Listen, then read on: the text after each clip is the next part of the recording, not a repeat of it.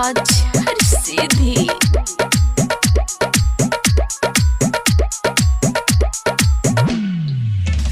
तोरा दिलवा के इतना बढ़ा दी हलू, नशा दारू के लेखा चढ़ा दी हलू।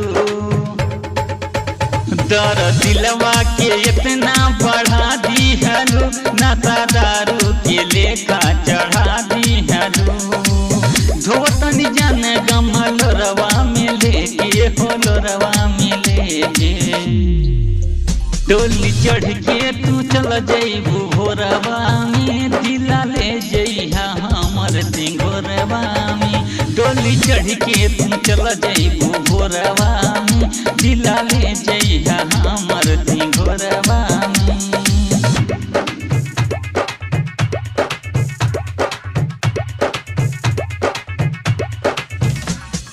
डीजे कुंदन राज हर सीधी।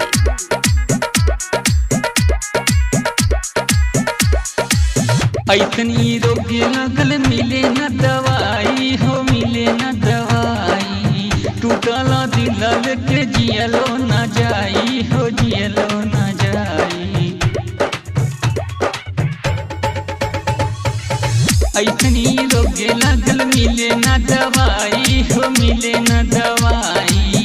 टूटल दिल के जियलो न जाई हो, जियलो न जाई। प्यार के भूता उतार दिहलो, छुरी कर जवा में हमारा मार दिहलो। खुना चुई तो रखिया कचोरवा में, कचोरवा में। डोली चढ़ के तू चला जइबू भोरवा में, दिला ले जइहा हमर सिंघोरवा में। डोली चढ़ के तू चला जइबू भोरवा में, दिला ले जइहा हमर सिंघोरवा में।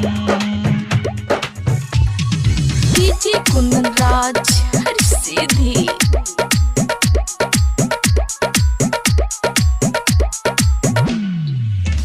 प्यार करे के तू ही कैलू शुरुआत, अरे कैलू शुरुआत हो। कैले रे हुआ तो जिए खाती हमरा साथ हो, जिए खाती साथ हो। प्रेम सोनी के तू गोरी जान रहलू, बोलू सोनी के बिना परेशान रहलू।